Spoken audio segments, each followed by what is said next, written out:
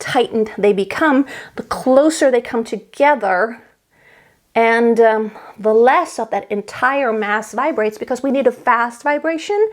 And the membrane itself, it's a lot thinner and it lends itself to higher frequencies a lot better. So the mechanism that will help you sing a lot higher than you ever could in chest voice would be head voice, which will come up in my next video. But today I just wanted to be clear about chest voice. So here is your homework. Make sure you just take chest voice this week, practice it every day, go back and forth between your speaking and your singing, and be very aware of, okay, what am I doing? Hello, here I'm speaking, do some of the exercises, and just focus on being in chest voice, and make sure to find out, what is my range even in chest voice? Where is the upper limit? Where does it get difficult? If you don't feel like it gets difficult when you go higher and higher, then probably you've already transitioned into your head voice. Lighter voices have a tendency to transition very easily without a harsh break, so you might not even be able to feel that you've already transitioned into head voice. But remember that rule of, okay, I'm gonna get more intense, more loud. It's almost like I'm having a controlled shout, like, hello there, how are you doing today? When you go higher, that really helps you stay in full chest voice, to feel that sensation. And what we want for now is for you to just feel what it feels like to be in chest voice, so that next time you can feel the big difference between being in chest voice and being in head voice. All right, thank you for watching today. If you want more free resources about anything that has to do with vocal technique, go to my website, masteryourvoice.tv. I even have a free 5-day belting challenge, which is, of course, you need your chest voice, but it's an extension. It goes even higher than just chest voice, but it has that more chesty sound. Check it out, it's on my website. And until next time, always keep a song in your heart and always keep on singing. Makes me feel sad for the rest.